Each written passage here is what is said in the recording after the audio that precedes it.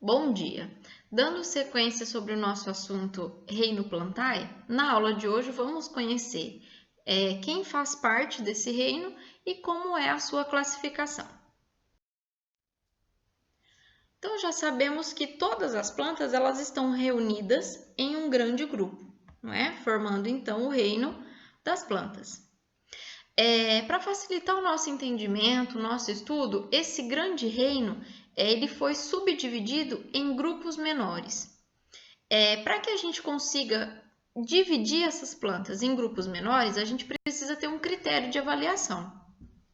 Esse critério de avaliação, no caso das plantas, são a presença de tecidos vasculares, então presença ou ausência de vasos condutores, e a presença de órgãos vegetais específicos, como flores, frutos e sementes, tá? Então, sabendo desses dois critérios, a gente consegue, então, separar em grupos menores.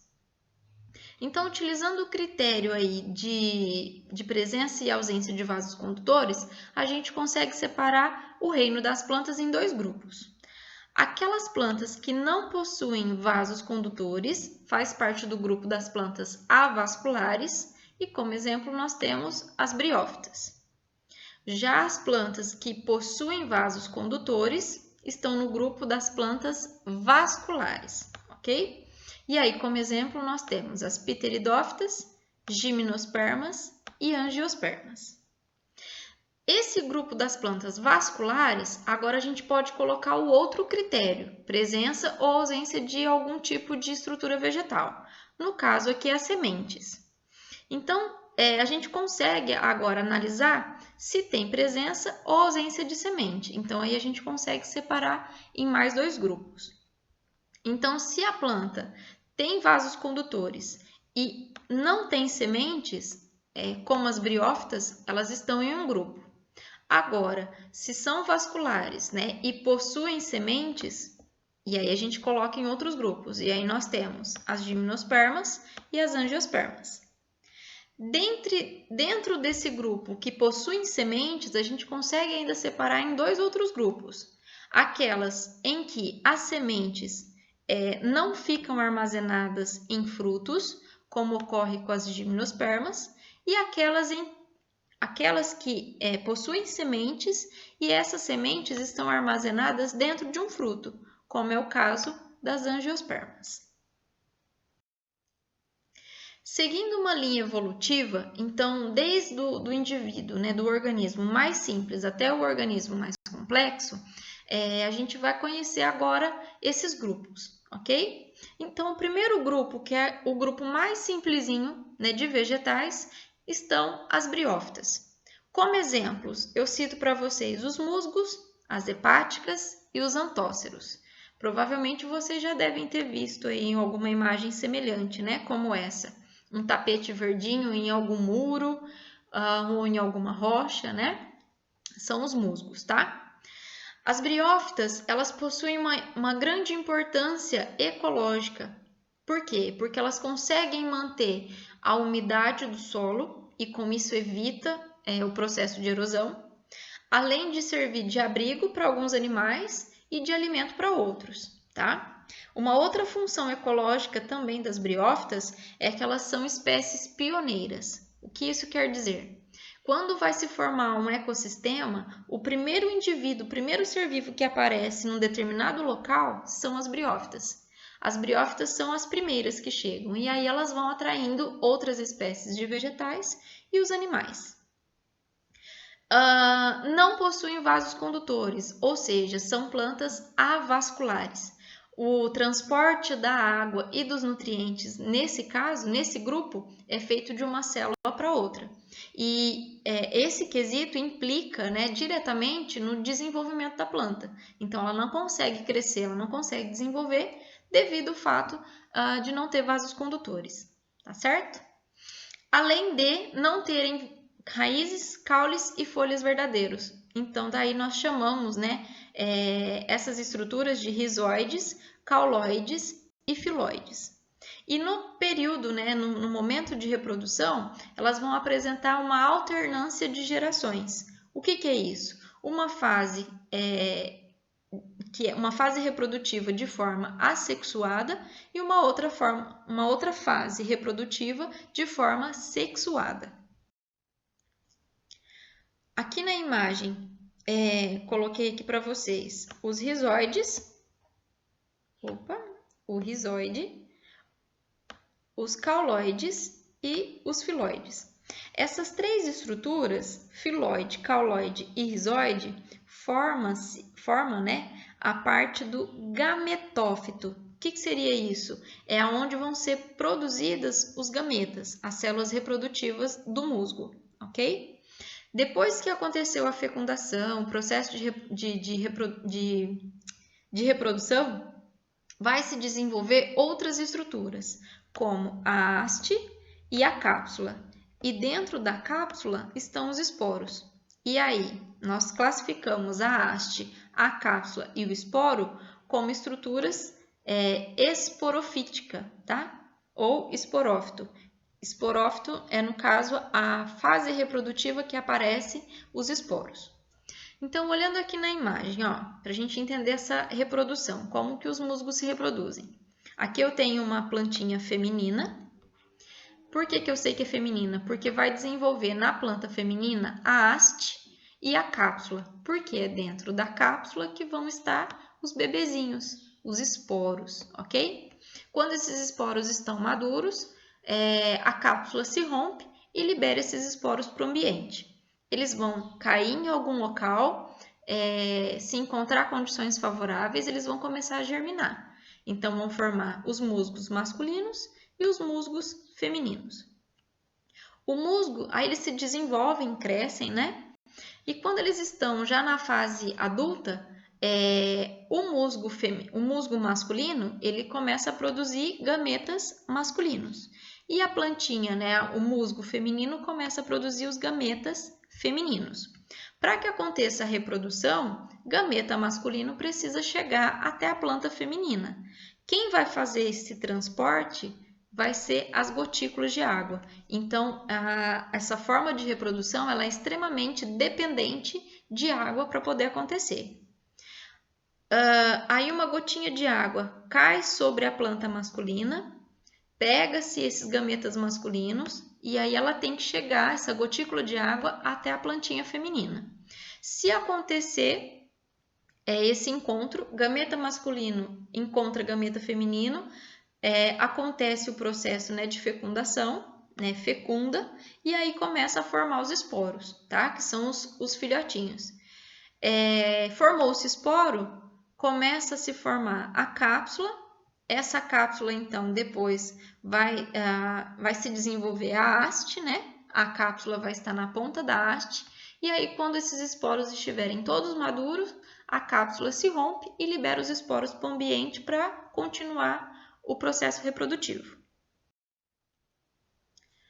Bom, posteriormente as briófitas, né, surgem aí as pteridófitas. Como exemplo, nós temos as samambaias, os xaxins. Percebam, gente, que samambaia e xaxim, eles são bem parecidos, né, as folhas. Porém, o xaxim, ele consegue se desenvolver em tamanho, né, eles conseguem chegar aí até no médio porte, tá?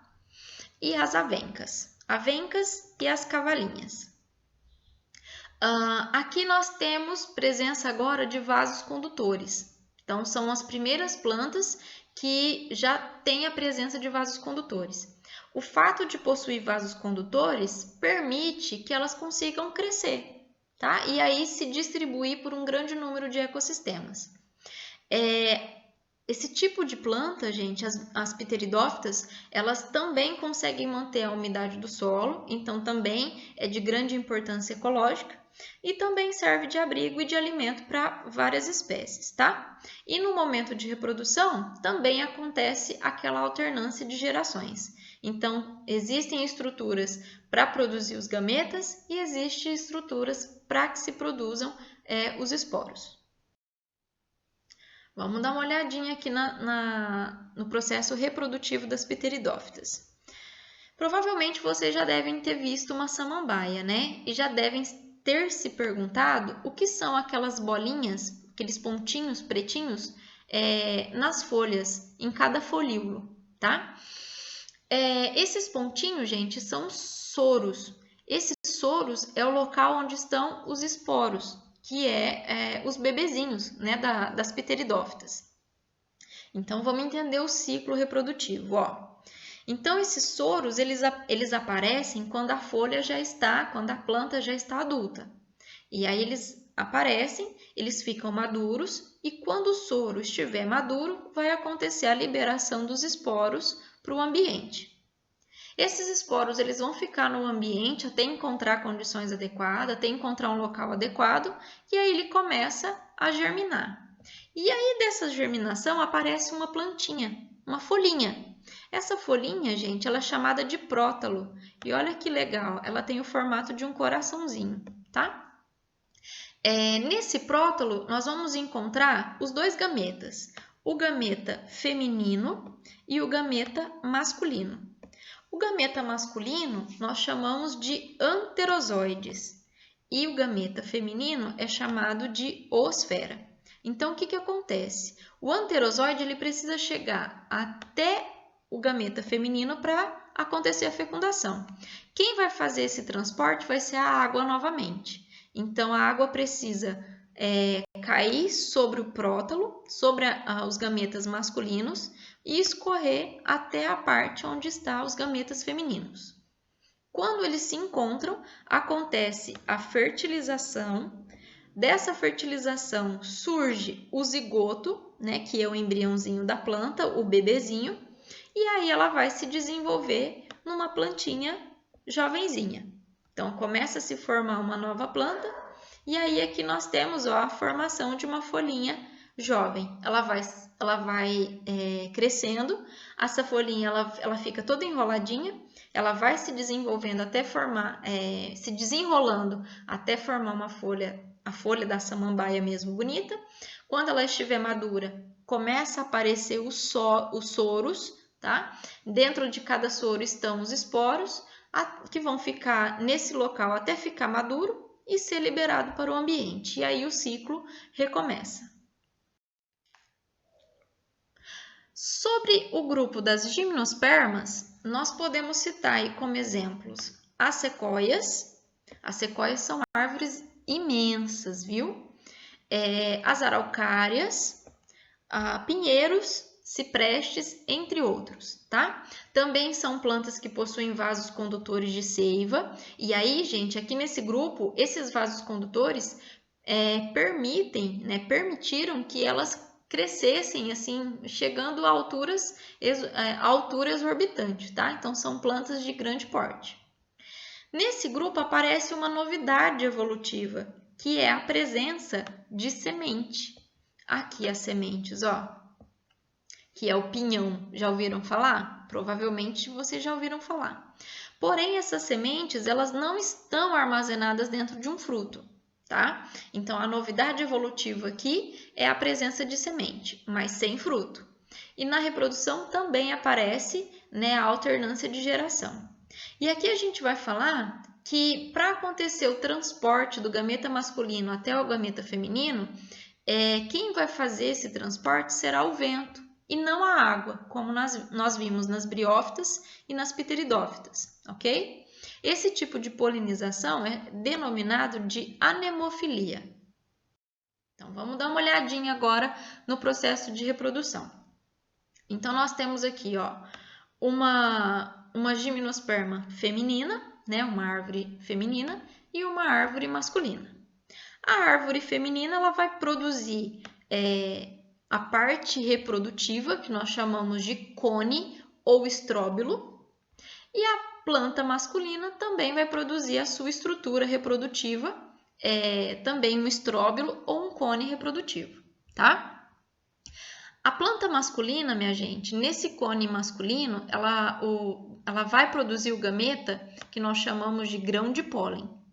E a parte feminina, o estróbilo ou cone feminino, ela vai produzir a oosfera, que é o gameta feminino. Então, como elas estão em plantas, né, em árvores diferentes, esses gametas, o gameta masculino, ele precisa chegar até o gameta feminino. Quem vai fazer esse transporte será o vento, ok? Então, o vento bateu na parte masculina, pegou os grãos de pólen e chegou até aqui na parte feminina. Porém, a oosfera, o gameta feminino, ele está escondidinho lá dentro do cone feminino. Para que o grão de pólen chegue até a oosfera, é preciso que se desenvolva uma outra estrutura, chamada de tubo polínico. É como se fosse um escorregador. O grão de pólen chega até aqui, na portinha, já desenvolve o tubo polínico, o grão de pólen escorrega pelo tubo polínico, chega até a oosfera e acontece a fecundação. Dessa fecundação vai se formar o embrião, que é o bebezinho. Esse embrião ele vai ficar guardadinho dentro da semente.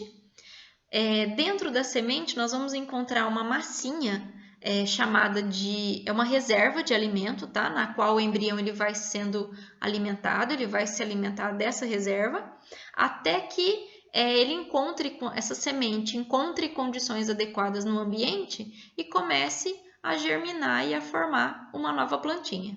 E aí o ciclo recomeça. E para terminarmos, o nosso último grupo, o grupo mais complexo, é o grupo das angiospermas, tá? Esse grupo ele é aquele grupo vegetal que tem a maior biodiversidade em todo o planeta. Nós encontramos exemplares em diferentes biomas, tá? E a novidade evolutiva aqui desse grupo é a presença de flores e de frutos. As flores, elas são um meio de chamar a atenção dos animais polinizadores, tá? Para acontecer a fecundação e a formação de sementes, de frutos e sementes. E os frutos eles vão servir de alimentos, né, para muitos animais e vão ser também, vão ajudar a espécie no processo aí de transportar essas sementes de um local para o outro, ok? Não vou falar do ciclo reprodutivo das angiospermas porque eu vou utilizar todas as estruturas, a gente vai falar antes de todas as estruturas, né? Raiz, flor, raiz, caule, folha, flor, fruto, semente. Então eu vou deixar para falar da reprodução das angiospermas na próxima aula, ok? Então é isso. Espero que vocês tenham gostado. Muito obrigado e até a próxima aula.